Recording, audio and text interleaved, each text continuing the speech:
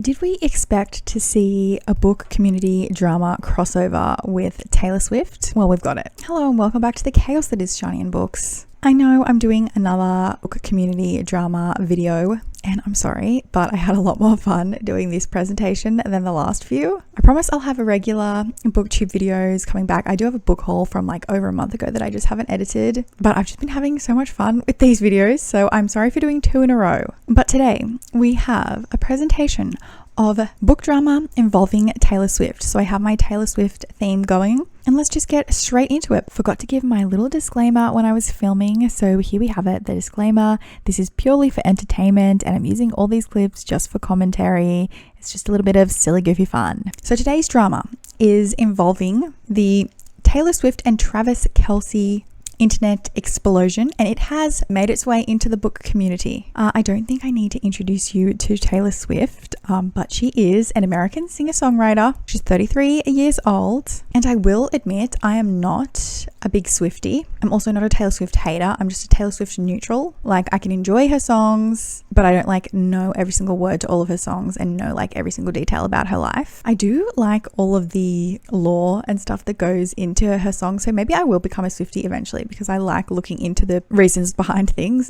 So maybe I'll be converted. But Swifties, don't come at me if I get any info wrong. I'm sorry. I'm just doing my best. This presentation also will include this American football player named Travis Michael Kelce. He plays for the Kansas City Chiefs. He is also 33 years old, and I just realized it's his birthday today when I'm filming this. And the third person that will come into this story today is author Ivy Smoke. This is off her Goodreads page. She is a romance author primarily, and we will get to her eventually, but let's start with the Taylor Travis backstory for anyone who maybe doesn't follow what's happening like I kind of didn't. All right, starting off, Travis Kelce, like I said, is a football player, and he does have a podcast with his brother. Keep that in mind, it's important information. On his podcast, he spoke about going to a Taylor Swift concert and wanting to give her a bracelet. I'll play that clip now. Speaking of Taylor Swift, I know you went to the Taylor Swift concert. How was it? Yeah, well, I was disappointed that she doesn't talk before or after her shows because she has to save her voice for the 44 songs that she sings. So I was a little butthurt I didn't get to hand her one of the bracelets I made for her. You made her a bracelet? Yeah. If you're up on Taylor Swift concerts, there are friendship bracelets, and I received a bunch of them being there, but I wanted to give Taylor Swift one with my number on it. Not right now. Your number's in 87 or your phone number? You know which one.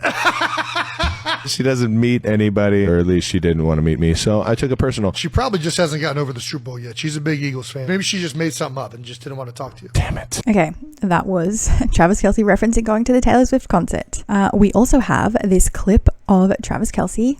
It's a clip where they were asking all of the players who their celebrity crush growing up was, and when it gets to Travis, he hesitates, and one of his teammates calls out Taylor Swift, and he laughs. This is just all of the... It seems silly presenting it like this now, but this is all of the stuff that people have dug up regarding these two celebrities. And I'm presenting it to you because it's the build up to what's going to happen soon. So I can play it. Right here, my son. Mine was Taylor Swift.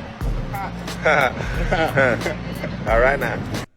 All right, moving on. All right, we next have this podcast where Travis talks about inviting Taylor Swift to a game. I threw it out there. I threw the ball in her court. And, I told her, maybe I've seen you rock the stage in Arrowhead. You might have to come see me rock the stage in Arrowhead and see which one's a little more lit. So we'll see what happens in the near future. All right, next up we have this, which is not super credible. It's from Dumois, I think is the name of it's like Celebrity Leaks. It's basically this person who said they were at a restaurant and saw Taylor Swift with some friends, one of which being Sophie Turner.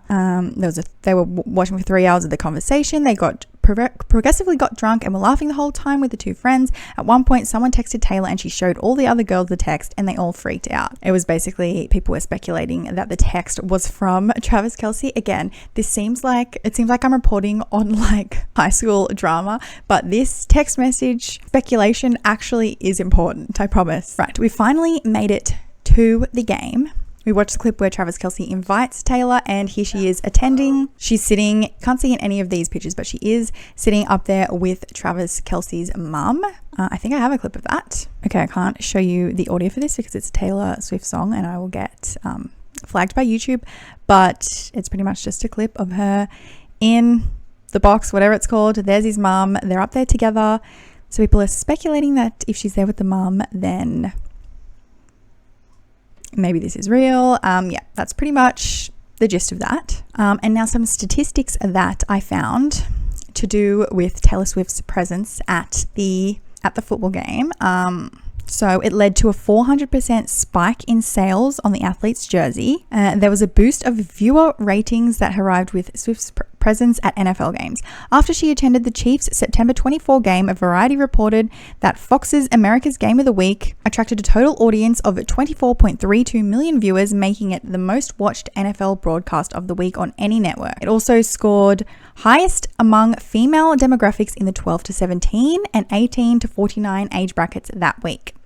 Since Taylor Swift appeared in the Chiefs' suite, Kelce gained 900,000 followers on Instagram for a total of 3.7 million. New Heights, a podcast hosted by Travis and his brother, Jason Kelce, remember the podcast, dropped a new episode on September 27, and as of September 29, it was number 4 on the Apple Podcast Top Episodes charts. The show also ranked number 1 among all podcasts on Apple, so it was a top podcast on Apple. To no one's surprise, the YouTube version of the September 27 podcast episode also attracted quite a few more viewers. As of September 29, it had approximately 1.9 million views compared to the 700,000 that the previous episode had. So there's some stats on how Taylor Swift attending the football game impacted it via statistics. We also have some clips of them leaving the game, so they look very coupley and they are headed off in this convertible car. We do have footage of this, but to be honest, I don't think I really need to keep showing you everything. Basically, the whole point of me showing you this is to say that the internet kind of went crazy over it. Everyone was speculating, are they together? Everyone was trying to find every single bit of information on them, look at clips of them together, photos of them together. It was becoming huge online. That's the whole point of this. It started to become a trend on social media. So one of the trends is this, where women say to their husbands, oh, it's great that Taylor Swift is helping Travis Kelce become more famous, because he's obviously already a famous football player on his own. I want to show you these because they are funny, but I do have a comment on this. Hey, baby. Did you see that Taylor Swift's dating that football player? His name's like Travis... Kelce? Yeah, Travis Kelce. Oh, yeah, I saw that. Isn't that awesome? She's gonna be like helping him get his career going and like put him on the map. Nobody knew who he was until she showed up at the game for him the other day, and now that's all anyone can talk about. Like, she's really helping put him on the map. How can so much nonsense come out of your mouth? What are you talking about? I think it's awesome that she's helping him so much. Oh my, no. Kelly, stop. Stop. What? His career's about to like explode now, too. Because he's about to get so much publicity, too. Because his career didn't explode when he was winning Super Bowls before? Did he win Super Bowls? Oh, Kelly, stop. Stop. What? I didn't know his name until Taylor Swift was with him, so he's gonna have like a really good fan base now. Oh, Kelly, stop. No, don't say that. Say what? All of that. From the moment I walked through here until now. Don't ever repeat that again. Babe, did you see that Taylor Swift is dating Kelce Travis? It's Travis Kelce, babe. What are you talking about, Kelce Travis? Did you see how much publicity he got after Taylor was in one of his games last weekend? His career is going to explode now. Listen, Taylor Swift don't got nothing to do with how hot Travis Kelce. Do you even know who Travis Kelce is? Babe, nobody did until this game. That's what I'm trying to tell you. He's going to be so freaking famous. He's a 2-time Super Bowl champion. Babe, like, listen. What are you talking about? Listen, Patrick Nobody Mahomes, knows who he was. Patrick Mahomes even threw the ball at the game to him so he can show off to Taylor Swift. That's his number 1 receiver. Like, what are you talking about? He throws the ball to him all the time. They won 2 Super Bowls together. What? What are you talking about? Nobody knew him until now. His fan base is going to be crazy. Stop. Because you're trying to piss me off for no reason. I don't understand why you came out here trying to get me mad for no reason. Like, it don't make no sense. Like, let me stop. Just stop. Because I'm just sweating saying you could be sweating. I'm just saying he's going to be famous now. He's been famous. He's a 2-time Super Bowl champion. Okay. You say so. When that guy tells her to stop because he's sweating, it gets me every time. While this is a funny trend, I must say that it is a very silly argument from the male's perspective, simply because Taylor Swift is an international artist, so that's a worldwide thing. The NFL is simply in America, so that's only one country. So yes, he's obviously very popular in his sport and obviously appreciated within his sport, but that sport doesn't really translate internationally. Yes, some people outside the US probably follow NFL, but it's not like the majority. Like, we have our own sports. Like, Australia has our own football that we want to watch. Like, so I know it's a joke, but it's actually like, when you go back to that slide when I was talking about the stats, all the extra jersey sales, all the extra followers online, all the extra watches on his podcast, like those came from people who weren't already watchers of football, clearly. But anyway, regardless, it's a funny trend. And this is just adding to how much this is going wild on social media. I'm not going to play this TikTok because it has children who are not mine in it, but it's basically this dad saying he's thankful for Taylor Swift because his daughters are watching the football game with him now, and they were watching the screen, and then when Taylor Swift came on, they were just screaming excited, which I think this is really sweet. As a parent, it is really, really exciting when your child gets excited about something that you're a fan of, and it is a really, really sweet moment when you get to introduce your child to a sport that you like watching. I took my son to a local football game for a team that I used to play with, and he was so into it, and it was really exciting. So I think this is sweet, like stuff like this, that's so sweet. But anyway, that's enough on the Taylor Travis information. Let's get on to how this translates over to the book community drama. Obviously, this is blown up online, and an author has decided to take this as an opportunity to make the most of this virality of the current couple. So introducing a book that was written in 3 days. The author brags about writing it within 3 days. It is by Ivy Smoke, and it's called Roughing the Princess. As you can tell, it is very clearly a fictional story written about these two people. We've got Taylor Swift in a jersey that is the same colors as the team that Travis Kelce plays for, and by the 69, I'm sure you can guess that this is a smutty romance.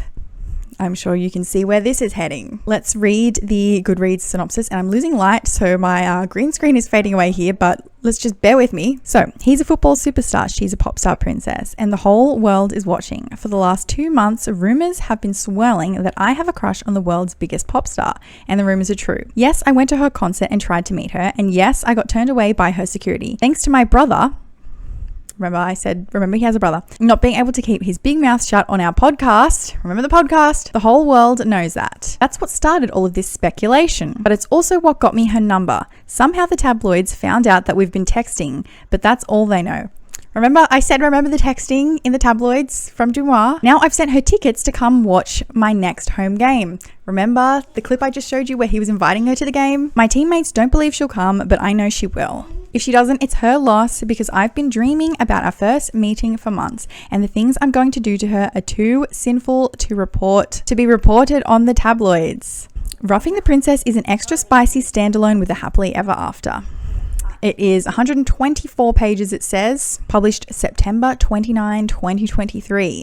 Okay, let's continue the presentation. Oh, my green screen is struggling, but as you can see, here are some reviews. I'm not going to read every single one because we're going to be here for ages. I will show you a TikTok of someone who is giving a review because I feel like she summarizes it pretty well. I would read it and give you the review of it myself, but it's actually been taken down and pretty much scrubbed from this author's social presence. So I read the Taylor Swift and Travis Kelce inspired romance book written in 3 days, so you don't have to. Emphasis on this, so you don't have to. I really hate talking negatively about books on my page. It's just not my thing, but I said I would read and review this one, and I have a lot of thoughts and feelings. This is the book Roughing the Princess by Ivy Smoke. It's 108 pages. It was written in 3 days. I had very low expectations going into this because it was written in 3 days, and it was even worse than I expected it to be. I've read way more than 1,000 books in the last 5 years, and I don't think I've ever truly regretted reading a book until this one. I would like my hour of time spent reading this back. It starts off with the usual disclaimer, like names, characters, people are fictitious, any relation to real life events are coincidental. But then their names are Tova and Talon, and his brother's name is Jasper. The brothers have a podcast in which kind of launches this relationship. I was truly flabbergasted by the amount of almost direct quotes that she took from their podcast or from interviews they've done in the last month. Like, that is not an inspired book. That is just copying and pasting what happened in real life, but then making it really icky and gross. Like, when the hero finally gets her phone number, he immediately sends her a dirty text message, which is just weird. People don't do that. And yeah, by the time I hit the spice, I was just super uncomfortable because it was so closely aligned to what we've seen publicly so far from Taylor and Travis, and then it just made me feel really, really icky. And then when the two characters finally met in person, he immediately pulls her into another room outside the locker room to hook up with her, and like makes her weirdly watch his teammates through a window as they're going to the showers. She can see everything. It was just weird. This is not what the girlies wanted when we said we wanted a football star meets pop star inspired romance book. This was not it. Truthfully, this is what gives BookTok a bad name. It just felt like a gimmick to try and make some money off of the thing that is causing the internet to lose their minds. It just made me feel really uncomfortable, and I would save the hour of your time and pick up literally any other book on the planet. Okay, obviously this review kind of summarizes everything, but the general consensus from all of the written reviews and TikTok reviews that I saw is basically that everyone was kind of creeped out because it wasn't like books inspired by, it was pretty much her, like she said in the review, directly quoting things that they've said in interviews and on podcasts. It wasn't inspired by, it was just copy and paste things that she's seen on the internet so far, but then adding in sex scenes. So we're reading sex scenes about these two celebrities, and everything else is pretty much just a news article. I feel like this brings up an interesting conversation about fan fiction, and I don't want to say that fan fiction is bad. I just want to discuss what happened here, and you know, what should we be doing and looking for as readers, and what should authors be doing and looking to do. So filing off the serial numbers is a term where authors take a fan fiction that they've written about an existing copyrighted source. They have to then remove any names, phrases, anything that would tie it to the copyrighted source and make it an original work that is able to be published on its own, that they are able to monetize without being sued by the original creator, pretty much. So that is what that phrase. If we look at some traditional published books that were originally fan fiction that I know of, excuse me if any of this is wrong. Up here we have probably one of the most popular ones that we know of, 50 Shades of Grey, was originally written as a Twilight fan fiction. And so the filing off the serial numbers is obviously changing the characters' names, but she wasn't just rewriting Twilight. Instead of being a vampire, he's a businessman. Instead of being in high school, they're aged up. You know the drill. City of Bones, I believe, is also originally a Harry Potter fan fiction. I've actually read City of Bones, and yeah, there's things that feel like Harry Potter, like instead of Voldemort, the name's Valentine of the evil guy. But it's completely different. Like, it's not wizards. They're in New York and they're demon hunters. So by filing off the serial numbers, like, a lot's been changed. Enough has been changed that it's different. It stands on its own. Beautiful Bastard by Christina Lauren, I believe, was also a Twilight fan fiction originally. Haven't read that one. However, Christina Lauren is a very popular author duo. So I mean, starting in fan fiction, obviously was able to get them start. Love Hypothesis is a Star Wars, is it? Fan fiction? Yeah. Wait, I need to, I don't want to say the wrong thing and people will hate me. Okay, it is Star Wars. It's Reylo fan fiction. Sorry, I had a brain fart and I forgot.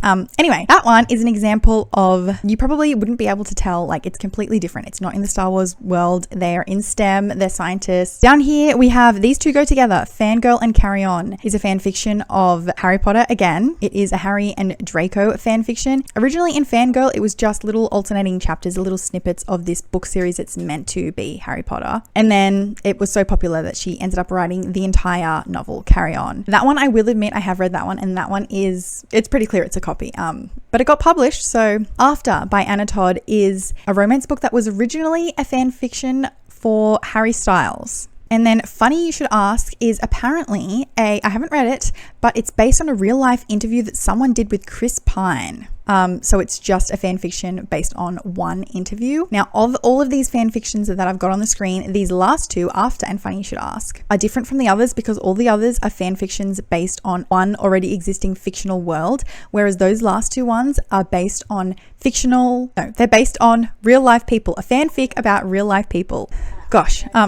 And so here's where the discussion comes in. Yes, we love fan fiction, but do we love fan fiction when it's about real people? It's interesting. It's obviously fan fiction has its place. Here is a fan fiction that I have been seeing literally everywhere. It is, again, a Harry Potter fan fiction, a Draco and Hermione one. I think it's like kind of The Handmaid's Tale cross Harry Potter. I could be wrong. Hang on. I should probably read this, shouldn't I? This has not yet had its serial numbers filed off yet. This hasn't been traditionally published as its own work. It is only a fan fiction, but put your bets in now. Do we think this one is going to become traditionally published and file its serial numbers off? Because I feel like I've been seeing this one everywhere, but the popularity of it just shows like fan fiction is very, very popular. I also want to bring up retellings, because fanfiction is kind of like retellings but not. Retellings are books retelling a story that is not copyrighted, so I guess it's like stuff in the public domain. So we have Cinderella, which is a fairy tale, Greek mythology, which is obviously a public thing, Beauty and the Beast, Romeo and Juliet, Pride and Prejudice, they're all things that are in the public domain. So I guess that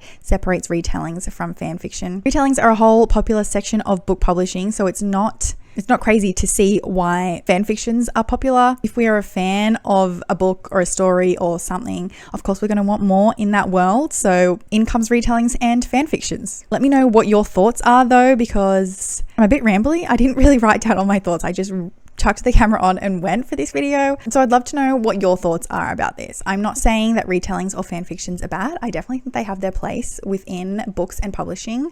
But I do think that this example with this Taylor Swift book is kind of showing us when things maybe go too far or do things a little wrong. We can see, I mean, I just threw up this one article. You can see it everywhere. The Louis and Harry One Direction shipping that the fandom did, everyone was saying that they were in fact a couple, which this is kind of going along with fan fictions written about real people. It is a little odd to me to be speculating about two real life people. Like, I know they're celebrities, but the article even says that all the shippers kind of ruined the relationship. It probably made it really awkward within the band. Like, the whole shipping thing was huge, and people are still like, will stand by the fact that they think they're a couple. I'm pretty sure that when Louis had his baby, there was like rumors going around that the baby was fake and it was all a publicity stunt to cover up the two of them being in a relationship. Like, that's wild.